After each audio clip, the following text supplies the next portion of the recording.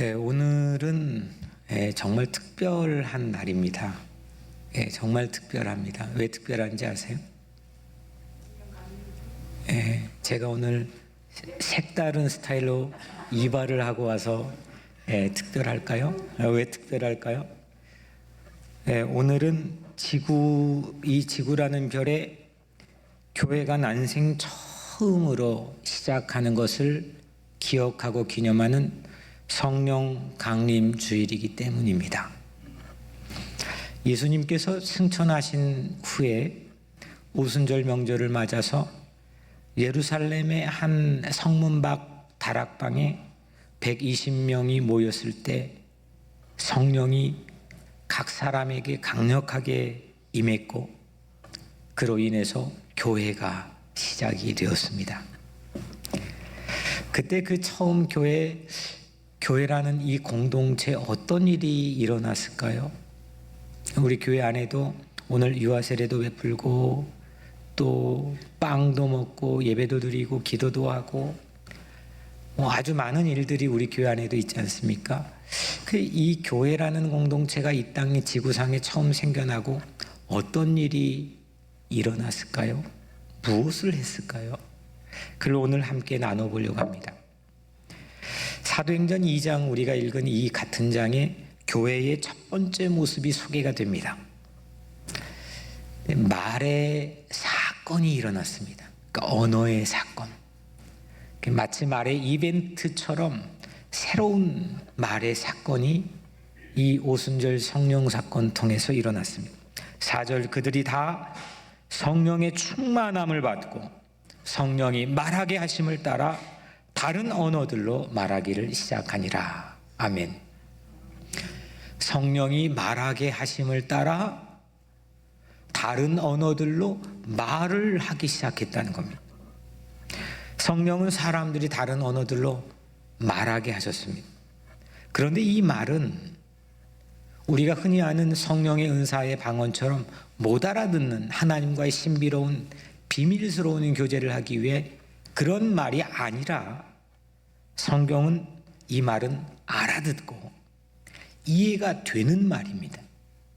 8절 우리 각 사람이 난 곳 방언으로 듣게 되는 것이 어찌 됨이냐. 갈릴리에서 벗어나 본 적이 거의 없는 이 사람들이 외국어 교육을 단 털끝만큼도 받아본 적이 없었을 그 사람들이 동서남북 디아스포라의 교포들이 한데 모여 있는데 각자의 온 그 나라의 말로 말하는 겁니다. 알아듣는 겁니다. 서로 통하게 되었습니다. 말의 사건이 일어났습니다.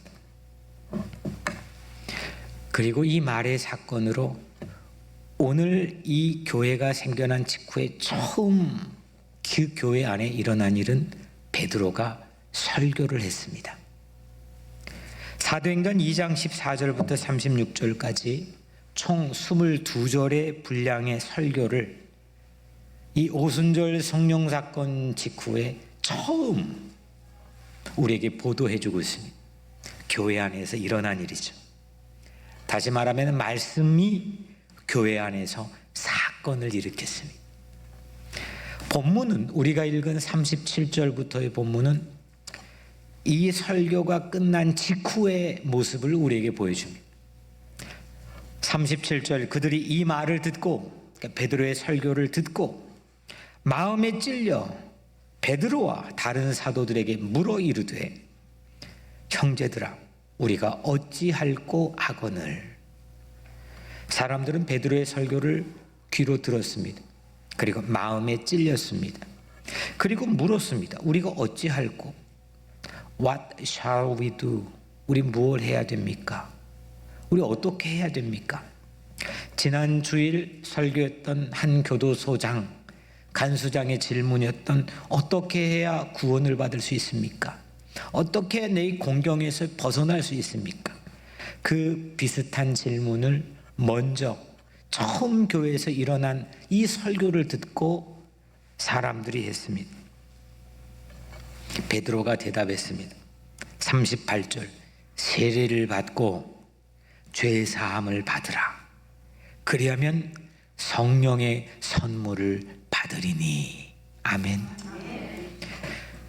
이때부터 교회가 하는 거룩한 예식, 우리가 사용하는 말로 성례, 이 거룩한 예식은 세례가 됩니다. 41절 그 말을 받은 사람들은 세례를 받음에 이날의 신도의 수가 3,000이나 더하더라. 아멘. 이렇게 성령 충만을 받고 시작된 교회에서 일어난 일, 그 일은 세례로, 이 세례는 2000년 동안 멈추지 않고 지금까지 지속되고 있습니다. 가톨릭 교회는, 우리가 성당이라고 알고 있는 가톨릭 교회는 성례의 7가지 성례를 가지고 있습니다. 지금도 전 세계 이 로만 가톨릭 교회는 7가지의 성례를 갖고 있는데, 태어날 때 세례 성사를 드립니다. 그리고 어느 정도 시간이 지나 자기가 믿음을 고백할 나이가 되면 견진성사, 우리 이름 견신례를 드립니다. 그리고 오늘 우리가 함께 나눈 것처럼 성체성사, 그걸 매 예배마다, 매 미사마다 성찬, 성체성사를 드리고, 그 다음부터는 고해성사, 혼인성사, 병자성사, 그리고 우리로 치면 안수식인 서품성사를 드립니다. 이 7개의 성례가 로만 가톨릭 교회에 있습니다. 그런데 1500년 이후에 시작된 개혁교회, 우리는 개신교라고 부르고 있죠. 이 중국어 음력으로. 우리가 속한 이 개신교회는 성례를 딱 2가지만 인정합니다. 이 7가지 중에 세례와 성찬입니다. 그러니까 세례 성사, 견신례인 견진, 그 다음에 성찬. 그러니까 이 세례와 성찬만 우리는 성례로 받아들이고 거행합니다. 이유는 예수님이 직접 명령하고 제정하신 것, 예수님이 직접 고해성사를 명령하시진 않았거든요. 그리고 2번째 이유는 모두가 참여할 수 있도록 기회가 가야 되는 것. 어떤 사람은 결혼을 안 하는 사람도 있거든요. 독신도 있고, 아플 때도 있지만 꼭 병자만 다 있는 게 아니거든요. 모든 사람이 다 안수를 받는 건 아니거든요.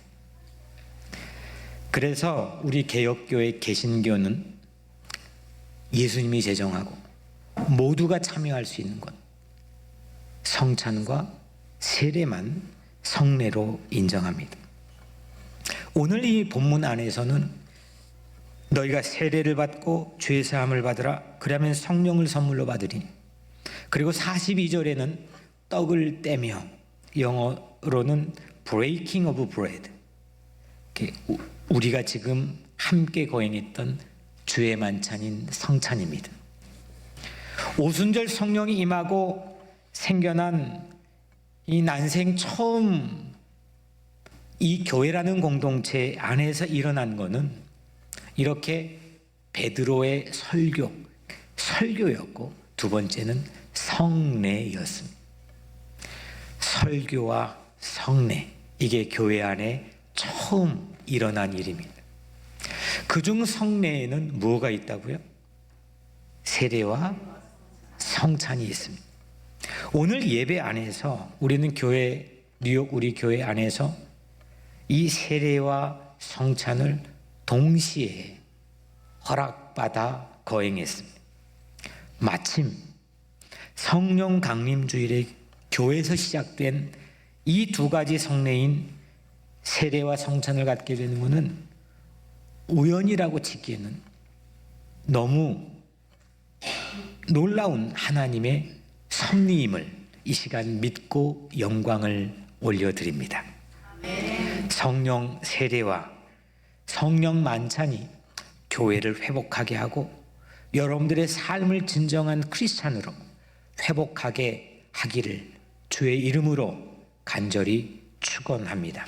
아멘. 참된 예배자로, 참된 하나님의 자녀로, 참된 주님과의 동행하는 제자로 서기 위해 이 거룩한 성례가 우리 삶에 어떤 의미인지, 우리가 어떻게 참여해야 되는지를 오늘 말씀을 통해서 함께 나누려고 합니다. 종교개혁가들은 이렇게 말합니다. 설교를 여러분들 지금 입으로 먹습니까? 코로 맞습니까? 눈으로 봅니까? 귀로 듣습니까? 설교는 귀로 듣죠. 말씀을 귀로 듣습니다. 기록된 말씀이 귀에 들려집니다. 안 보이는 말씀입니다. 안 보이는 하나님을 이 땅에 우리에게 그 뜻을 알게 하는 게 안 보이는 말씀인 하나님의 진리입니다. 그런데 성례는 오늘 이 빵과 잔 그리고 물을 세례 때 부었던 그 물은 보입니까? 안 보입니까? 보입니다. 그래서 종교개혁가들은 이 성례를 보이는 말씀이라고 불렀습니다. 이 설교와 성례는 둘 모두 다 하나님의 말씀, 메시지입니다. 그래서 오늘 제목을 성례 보이는 말씀이라고 주셨습니다. 세례에서는 뭘 보죠? 물을 보고, 이 성찬에서는 뭘 봅니까? 빵과 잔을 같이 봅니다.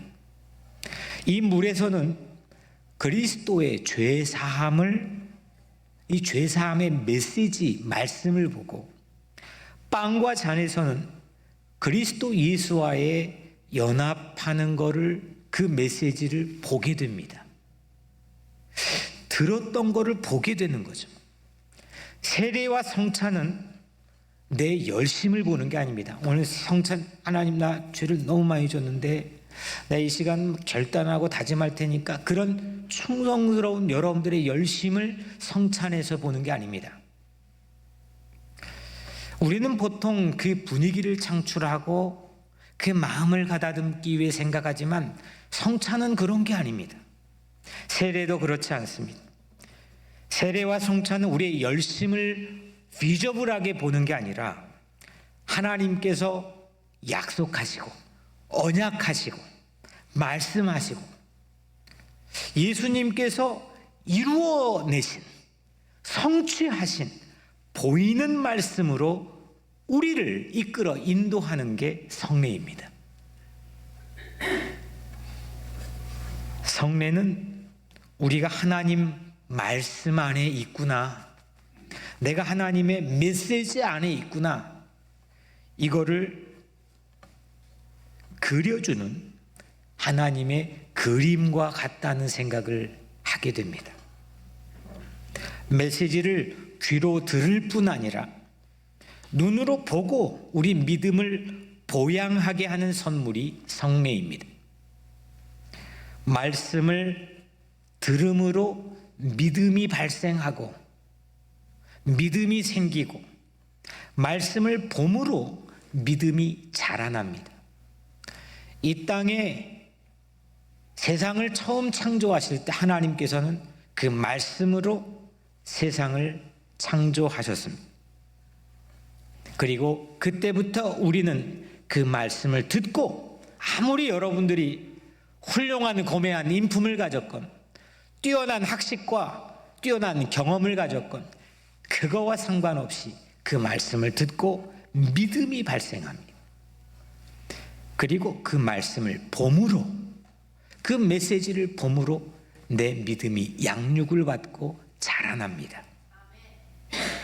구약 언약의 말씀을 가시적으로, 비저블하고 텐저블하게 눈으로 보이고 만져지게끔 해주신 분이 바로 예수 그리스도입니다. 말씀이신 예수님은 공적 삶에서, 흔히 우리가 말하는 공생애에서 그 말씀을 사람들에게 보여줬습니다. 출애굽부터 시작된 하나님의 계시의 말씀을 경전으로 가지고 있는 그들은 말씀을 끊임없이 들었습니다. 전쟁이 일어나도 포로로 끌려가도 그거 빼앗기지 않고 잃어버리지 않기 위해 동굴에 둘러앉아서 그 말씀을 읽고 외워버리고 어떤 순간에서도 이 말씀을 내가 후손들에게 들려주리라, 하나님의 뜻을 알게 하리라, 이 귀로 하나님의 놀라운 믿음을 갖게 되었습니다. 그런데 예수 그리스도가 이 땅에 오셔서 그 말씀을 보여줬습니다. 자신의 삶으로 보여줬습니다. 말씀대로 역사하는 것을 우리에게 보게 했습니다. 심지어는 십자가에서 우리의 죄를 대속하기 위해 죽으신 그분의 몸과 피를 우리에게 보이게 하셨고 오늘 성찬을 우리에게 갖게 했습니다. 예수님은 하늘로 떠난 후에도 여전히 우리 곁에서 보여주십니다. 내가 언제 예수님을 봤습니까? 난 갈릴리 예수를 본 적이 없습니다. 저나 여러분들 단 한 사람도 이 자리에서는 갈릴리 예수를 본 적이 없지만 우리는 예수 그리스도의 만남을 믿습니다. 그리스도 예수의 임재를 우리는 확신합니다. 그것은 세례와 성찬인 성례, 보이는 말씀을 통해서 그리스도 예수는 이 공동체에 끊임없이 임재하심을 믿기 때문입니다. 보도록 그러면 어떻게 우리가 어떻게 보게 되느냐? 성령께서 해주십니다. 보이게 하신 능력은 오직 성령께서 임할 때 우리가 보게 하고 봤으니까 증인이 됩니다. 이렇게 성례는 보이는 말씀이라 종교개혁가들이 이구동성으로 말했지만 제게 주신 감동은 한 걸음 더 들어갑니다. 과연 우리가 보이는 말씀인 성례에 참여하고 있는데 우리는 이 말씀을 우리의 세상에서 일상에서 과연 보이게 하고 있는가입니다. 여러분들 자녀들을 집에서 키웁니다. 이게 내가 칠판 놓아두고 가르쳐서 그 자녀들이 자라났습니까? 딱 보이게 하는 만큼 그 자녀들은 양육받습니다. 그 보이게 한 만큼 자녀들은 따릅니다. 보여서 자라는 거지 가르쳐서 자라는 게 아닙니다.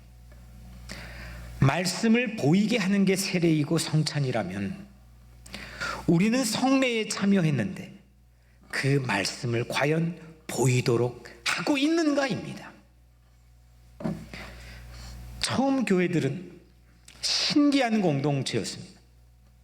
듣던 걸 이젠 보게 됐다는 겁니다. 그리고 보여줍니다. 듣던 것을 보여주니까 백날 가야 늘 들었던 아날로그 방식이었는데 이제는 그거를 눈으로 보게 하니까 일종의 새로운 문명이 탄생했습니다. 그걸 기독교라고 합니다. 하나님께서 가라사대 말씀하시니까 세상이 흑암 가운데 창조되었듯이 말씀을 보이게 하는 성령으로 교회가 태어났습니다. 그리고 여러분들 같은 증인들이 세워졌습니다. 오늘 읽지는 않았지만 44절, 45절에 보면 믿는 사람이 다 함께 있어 모든 물건을 서로 통용하고 또 재산과 소유를 팔아 각 사람의 필요를 따라 나눠주며 세상은 채우려고 하고 담아내려고 하고 이기려고 하고 그런 세상에서 그래야 생존할 것 같은 세상에서 덜어냈는데 나눴는데 생존을 하는 겁니다. 그리스도의 메시지 있는 말씀을 보이게 세상에 해주었습니다. 상영해 주었습니다. 그곳이 바로 교회입니다. 이게 성례의 파워입니다. 여러분들은 습관적으로 의례껏 이렇게 참여할지는 모르겠지만 성례의 파워는 지난 2000년 동안 그 어떤 것보다도 그리스도 예수의 임재를 우리에게 보이게 했습니다. 교회가 그걸 세상에 보이게 해줬습니다. 과연 그러면 우리는 이 메시지를, 이 말씀을 세상에 보이게 하고 있는 걸까? 그런 의식과 삶의 목적을 가지고 살고 있는 걸까? 성령 충만으로 성례를 함께 거행한 우리도 이 말씀을 듣고 말씀을 보여주는 삶이 되기를 주의 이름으로 간절히 축원합니다. 그래서 세례의 세 가지 의미는 죄 사함을 받고 하나님의 가족이 되고, 첫째 하나님의 가족이 되고, 두 번째 예수 안에 죽고 예수 안에 다시 사는 거듭남의 그리스도와 연합되는 사건이며 그리스도 하나 되는 사건이며, 세 번째 교회의 지체가 되는 놀라운 사건이 되는 겁니다. 그러면 주의 만찬인 성찬에서는 어떤 일이 일어날까요? 우리가 그리스도 예수 안에서 제자인데 세례를 통해서 그 비포와 애프터가 선을 긋고 나누어지는데, 우리는 성찬 이 하늘의 양식을 먹고 마심으로 제자로 더 단단하게 자라납니다. 양육됩니다. 격려를 받습니다. 믿음이 보양을 합니다. 보여지는 이 말씀을 먹고 마시면서 믿음이 더 단단해집니다. 이게 그리스도께서 제정해 주신 성찬입니다. 빵이 상징하는 그리스도의 몸, 잔이 상징하는 그리스도의 피는 그분의 죽으심을 가리킵니다. 예수 그리스도의 그 죽으심을 먹고 마시면서 우리는 그리스도 예수의 부활로 다시 살아나는 이 놀라운 성찬을 우리는 이 예배 가운데서 맞이하게 됩니다. 여러분들 모두 보여지는 메시지로, 보여지는 말씀으로 살아낼 수 있는 그 능력을 성례 예배를 통하여 받게 되기를 주의 이름으로 간절히 축원합니다. 아멘. 예수님은 우리가 듣던 거를 실제 보여줬습니다. 이게 성례입니다. 세례와 성찬으로 우리는 천국의 영상을 보는 겁니다. 요즘 전 세계적으로 새로운 화두로 미래를 예견하는 용어가 메타버스입니다. 가상현실. 이 현실을 벗어나 있는 새로운 가상현실. 이 가상현실이 새 시대의 화두처럼 떠오르는데, 우리는 이 메타버스를 타지 않고, 이 메타버스가 서로 우리 삶의 문명을 바꾸어 놓는 척 할지라도 이 보여지는 말씀인 성례 아니고서는 우리는 이 새로운 우리 생명의 문명인 예수 그리스도께 펼쳐주신 새로운 세계로 진입할 수가 없습니다. 우리는 도리어 메타버스가 아니라 성령의 버스를 타고 이 교회 안에서 성례의 현실로 세상의 증인으로 보냄받은 사람임을 믿고 감사하는 여러분들 모두가 되기를 주의 이름으로 간절히 축원합니다. 그리스도 예수를 성례 안에서 본 증인들은 세상에 나가 증인으로 보여줄 수 있다는 겁니다. 마지막으로 오늘 39절, 이 약속은 너희와 너희 자녀와 모든 먼데 사람, 이게 중요합니다. 모든 먼데 사람, 곧 주 우리 하나님이 얼마든지 부르시는 자들에게 하신 것이라 하고, 오늘 우리는 팬데믹 기간을 지나면서 현장성이라는 게 얼마나 중요한지를 우리는 새삼 알았습니다. 그 현장이 있었느냐, 그 타임에 그 자리에 있었느냐, 그걸로 뽐내기도 하고 그 경험을 가지고 세상을 살기도 합니다. 그런데 이 성례는 그게 아닙니다. 이 성례의 신비는 모든입니다. 모든 먼데 사람, 예수님께서 직접 제정하셔서 성례고 또 모두에게 적용될 수 있어 성례인데, 세대가 바뀌어도 상황이 달라져도 똑같은 메시지가 모든 시대 모든 사람에게 번역이 되고 들려지고 보여질 수 있다는 게 성례의 신비인 줄로 믿습니다. 이 빵, 이걸 가지고 여러분들은 어떻게 트랜슬레이션 합니까? 어떻게 번역합니까? 즉각적으로 번역합니다.